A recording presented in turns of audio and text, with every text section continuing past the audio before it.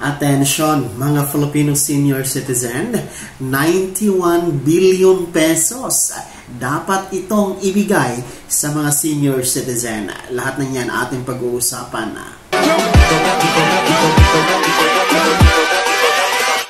Hold up.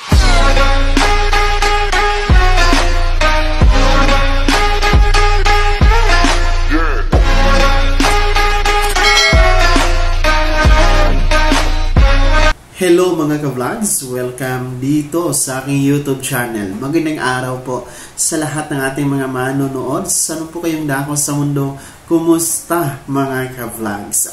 91 billion pesos. Ito po yung pera ngayon na pinag-aagawan ng mga sangay ng gobyerno kung saan mapupunta. At sa tingin ko, dapat itong mapakinabangan ng ating mga Filipino senior citizen. Ano nga ba ang pera na ito? Saan galing? Pag-uusapan natin mamaya-maya. Pero kung bago ka pa lang dito sa aking YouTube channel, maaari niyo pong i-click ang ating subscribe button na nasa baba.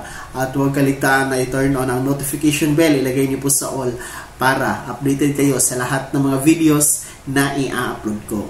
Pag-uusapan natin ngayon mga ka-vlogs, itong 91 billion pesos ngayon na kontrobersya masyado sapagkat ito po yung sobrang pondo, sobrang pera ng Philippine Health Insurance or mas kilala sa tawag na PhilHealth. Yes, meron pong sobra na 91 billion pesos ang PhilHealth na hindi po nagamit mga ka-vlogs. Kaya naman po ang national government, sa pamamagitan ni Finance Secretary Ralph Recto ay nais po itong kunin ng national government, ililipat mula PhilHealth to national government para daw ito gagamitin sa infrastruktura ng mga proyekto at iba pang proyekto ng Administrasyong Marcos. At ito nga ay mariing tinututulan ng mga iba't ibang sektor, iba't ibang individual sapagkat hindi daw ito naaayon sa batas. Pero sabi naman ng PhilHealth, sabi naman ng Finance Secretary na si Ralph Recto, ito ay naaayon sa batas. Well, ito yung nakakatawa talaga mga ka-vlogs dito sa Pilipinas sapagkat kung makikita nyo po sa sitwasyon ng ating mga iba't ibang ospital, mga government hospital, talagang nagkakaawa yung kalagayan ng ating mga kababayan na andyaan na kulang sa gamot, kulang sa atensyong medikal, ang mga billing po ay talagang hindi po kaya na magbayad ng ordinaryong Pilipino, pero tingnan nyo, ang PhilHealth ay meron pong sobra na 91 billion pesos. Napakalaking pera. Hindi siya milyon, billion. 91 billion pesos mga ka-vlogs. Napakalaking pera talaga ito.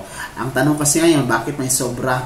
Bakit hindi nilang gagamitin sa pagpapatay ng hospital, pagpapa-improve ng healthcare system ng bansa? So yun yung tanong. Pero ang malinaw kasi ngayon ay kukunin ito ng national government. Ililipat po mula PhilHealth to national government. Kaya naman po, ang ating opinion, ang ating commento regarding this issue, controversial na 91 billion pesos na sobrang pera ng PhilHealth mga ka-vlogs ay kung kukunin man ito ng national government, nararapat siguro na bigyan, ibigay ito sa ating mga Filipino senior citizen. Merong parte na ibigay ito sa Filipino senior citizens sapagkat napakalaking pera naman ng 91 billion. Kung gagamitin nila sa iba't ibang proyekto ay wala naman tayong problema doon. Pero sana paglaanan ng porsyento doon sa 91 billion itong ating mga Filipino senior citizen, kagaya po ng atensyong medikal, pagpapagamot ng ating mga Filipino senior citizen, na libre, walang bayad. Dahil sa ngayon, ang pagpapa-check up kahit sa gobyerno na hospital or clinic ay meron pong binabayaran ang ating mga Filipino senior citizen. Hindi po libre. So, kahit pa paano, no, ay magkaroon ng pondo mula doon sa 91 billion na sobra na pera ng PhilHealth dito sa pagpapagamot, pagpapacheck up ng ating mga Filipino senior citizen. Pangalawa, no, sana ay bigyan din po ng pansin itong libreng gamot ng ating mga Filipino senior citizen sapagkat no, madalas sa mga senior natin pagkatapos ng check-up ay wala na, no? Pagkatapos ng check-up, walang pambili ng gamot, walang pambili ng niresetang gamot. Kaya wala din, no? Useless yung pagpapa-check up. Kaya naman po, no, sana dito sa sobrang pera ng PhilHealth ay libreng check-up plus libreng gamot. Yan po ang tamang gagawin ng ating gobyerno. Hindi yung pera ng PhilHealth tapos gagamitin ng national government sa mga infrastruktura, abay hindi po yun naaayon, no, sa tawag natin advokasya ng PhilHealth. So yun po yung opinion ko, no, regarding dito sa 91 billion na sobrang pera mula sa PhilHealth na dapat ay ibigay, no, bigyan pansin, no, ibigay ito sa ating mga Filipino senior citizen, no, yung pagpapagamot, no, pagpapa-check up at libreng gamot, no, sa bawat isa. Kaya naman yun, napakalaking pera ng 91 billion mga ka-vlogs, no, ay talagang masisiyahan niyang ating mga Filipino senior citizen. Maliban dyan, magbibigay ng vitamina, magbibigay ng gatas, ng grocery. Ang nakakatakot lang kasi dito mga ka-vlogs ay kung kukunin ng national government ang 91 billion, baka kung saan-saan ito magagamit, no? Baka saan-saan ito mapupunta, no? Kaya talagang marami ang tumututol, no, na ilipat itong 91 billion sa national government, no? Sa katunayan nga ay meron pong sinumite na protesta hinggil dito sa Supreme Court mag-issue ng temporary restraining order or TRO na hindi ito mailipat mga ka-vlogs, no?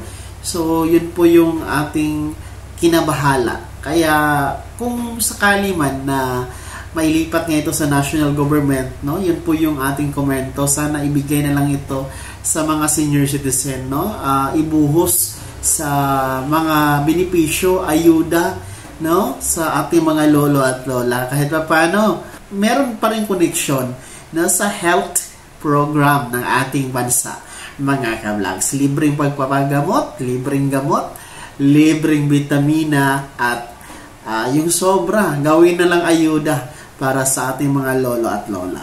Kayo, mga Filipino senior citizen, ano ang opinion nyo regarding dito sa controversial na 91 billion na sobrang pera sa PhilHealth? Sang-ayon ba kayo na ilipat ito mula PhilHealth to national government?